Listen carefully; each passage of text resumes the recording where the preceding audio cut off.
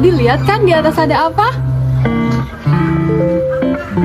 Awan. Kalian tadi udah ngeliat tentang awan ini. Kalian tahu nggak sebenarnya pengertian awan itu apa?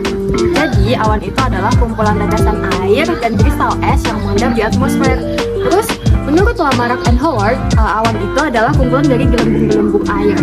Sebenarnya awan itu penting nggak sih? Nah, keberadaan awan di atmosfer ini sangat penting bagi iklim dan cuaca. Contohnya, jika di daerah kalian itu awannya hitam, berarti kemungkinan besar di daerah kalian nanti akan turun hujan.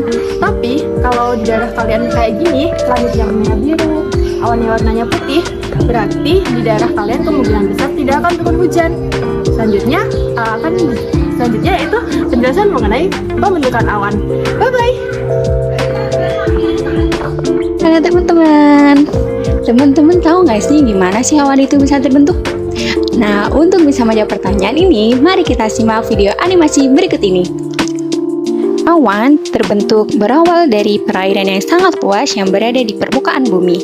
Perairan itu bisa dari lautan, sungai, maupun danau. Karena terpapar sinar matahari secara terus-menerus, maka air yang berada di permukaan bumi akan mengalami penguapan atau yang biasa disebut dengan evaporasi. Uap-uap air akan terus naik hingga ke suatu lapisan yang berada di langit. Kemudian, uap-uap air ini akan berubah menjadi tetesan-tetesan air yang disebut dengan proses kondensasi. Dari kumpulan tetesan-tetesan air ini, maka akan terbentuklah awan. Jika jumlah tetesan-tetesan air semakin banyak, maka ukuran awan akan semakin membesar. Jika awan sudah berada pada titik jenuhnya, maka awan akan menurunkan tetesan-tetesan air ke permukaan bumi yang biasa disebut dengan hujan. Nah, teman-teman udah paham kan gimana sih awan itu bisa terbentuk? Agar lebih menambah pengetahuan teman-teman mengenai awan, mari kita simak video ini hingga akhir ya.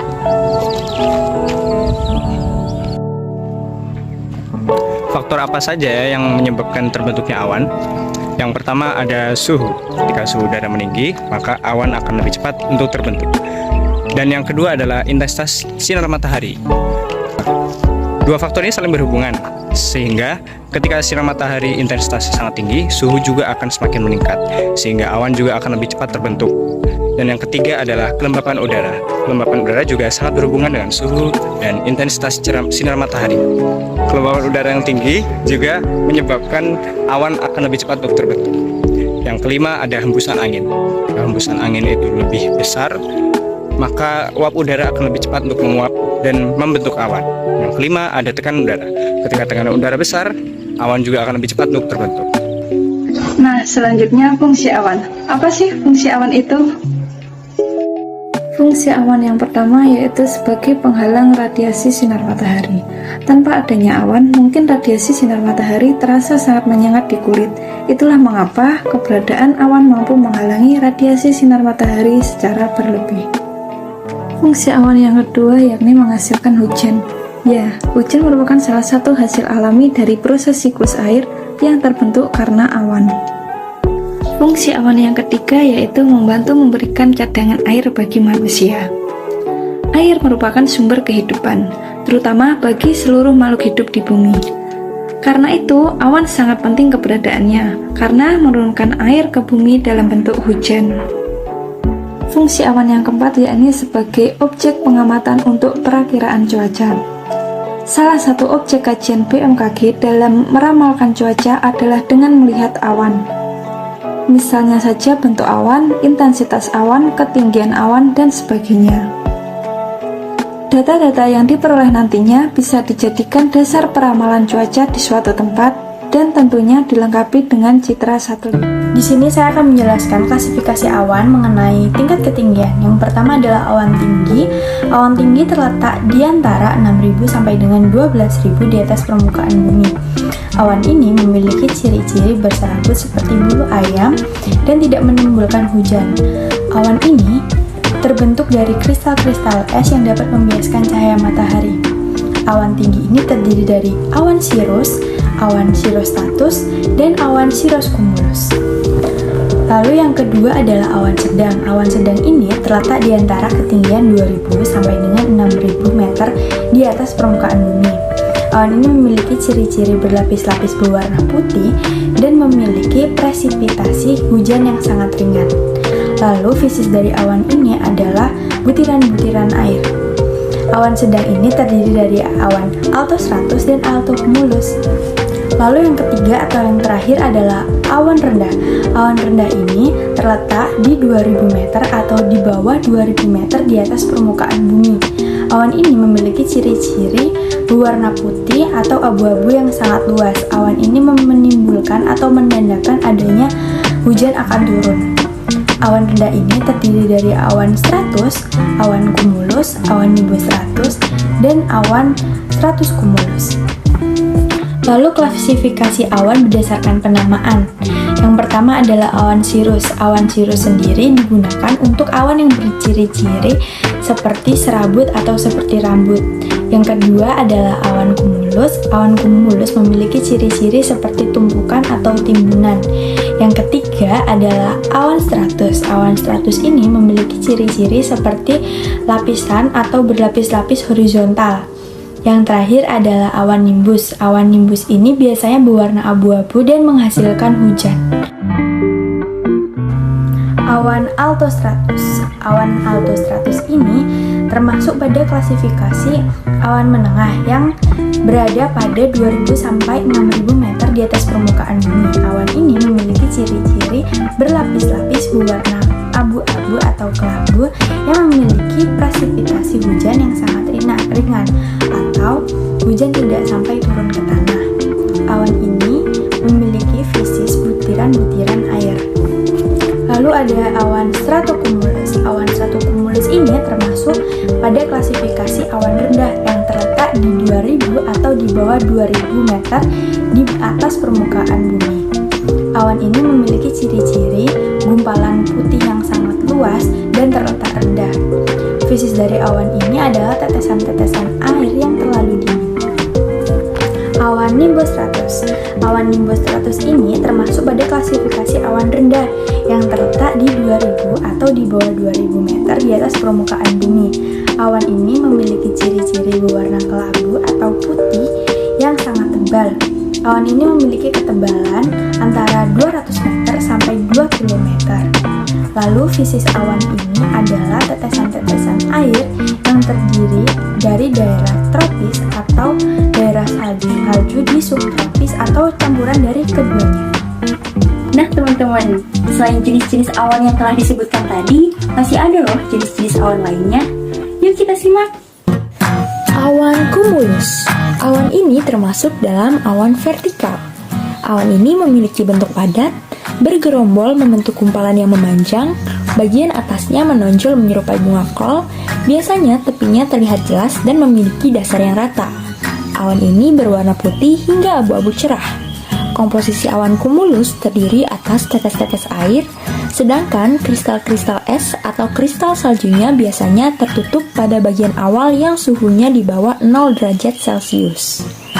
Awan cumulus berkembang dari aliran konveksi yang dapat disebabkan oleh pemanasan permukaan bumi oleh matahari. Nah, awan ini memiliki beberapa variasi loh. Di antaranya ada humilis, cumulus kecil dengan jangkauan vertikal yang terbatas, mungkin memiliki penampilan datar. Nah, awan ini disebut juga sebagai cumulus cuaca baik.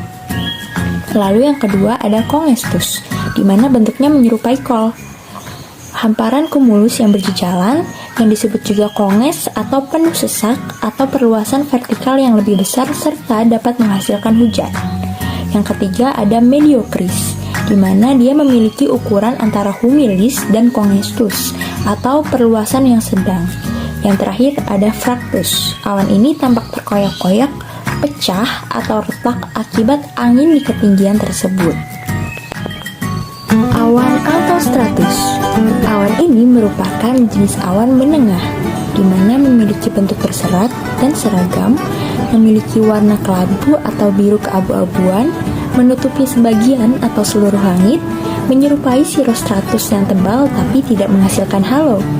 Komposisinya mengandung tetes air dan kristal es yang mampu menimbulkan virga. Virga merupakan hujan yang tidak sampai ke permukaan bumi karena menguap di tengah jalan. Asal awan ini yakni berkembang dari cirrostratus yang menebal, kadang dari nimbostratus yang menipis.